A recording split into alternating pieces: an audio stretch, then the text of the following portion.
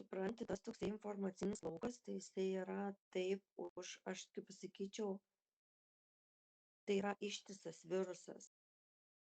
Supranti, kaip Mhm. žiūrint, sakau, informacinis laukas tai yra visiškai jisai užkrėstas virusu, Jolanta. Mhm.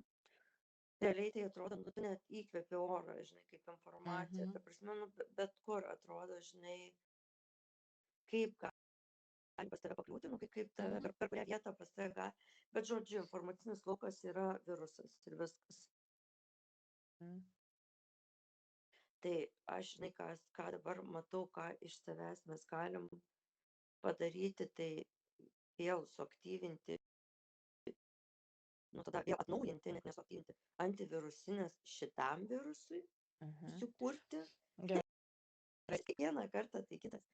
Susikuriam pagal savo, susikuriam pagal savo tą aukščiausiai aš, naujas antivirusinės programas.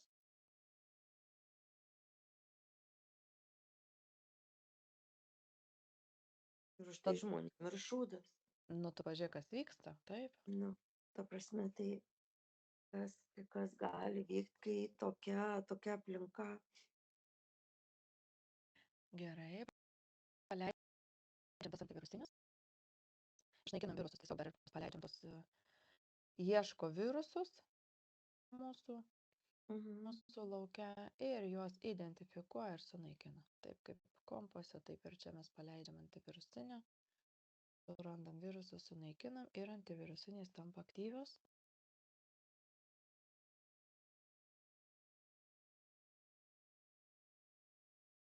Dar tokia įdomi ateina informacija irgi, kad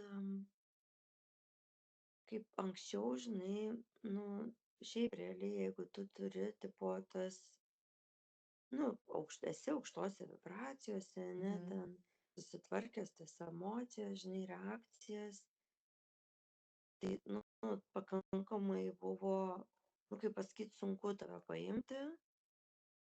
Tai sakau, dabar nu, tas ateina, kad tave nupurškia realiai ir tavo tas vibracijas, nu, tiesiog per laiką jas vis tiek, nu, kaip pasakyti, sunaikina. Nu, šiaip tai žiaur, tai tu pažiūrėk, Inesa, kas tada darysis, ane, ateity?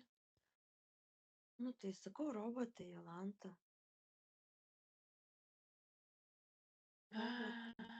Gerai, dabar šitus pasileidom, ane, antivirusinės, dabar pasižiūrėk dar tos pilkius. Ko čia jų tiek prie viso buvo, čia toks momentas, žiūrėkit, jų buvo apmažėję gerokai. Ir dabar vėl jų prie viso.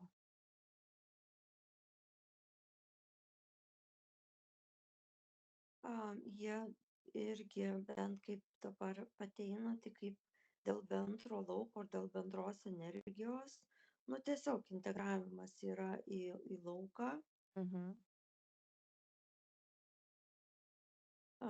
Tuo žiūriu,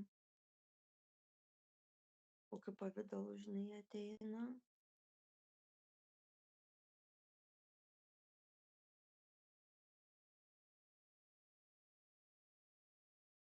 Ateina kaip, jie ateina kaip tokios, kaip hologramos, šiaip kaip hologramos man daugiau.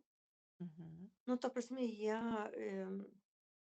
bendram lauke, nu, kaip sakyti, jie sudaro dėl bendrosios kritinės masės, kad atlaikyti, nu, kritinę masę kūrė, ta prasme, bet kaip hologramos, jie fiziniam plane, jie yra kaip holograma, tu gali matyti kaip žmogų, bet iš tikrųjų jo nėra, bet tu gali matyti, nu, ta prasme, tarkim, tu ateini į parduotuvę, bet pusė yra žmogus, bet jo. Pilkių, jo.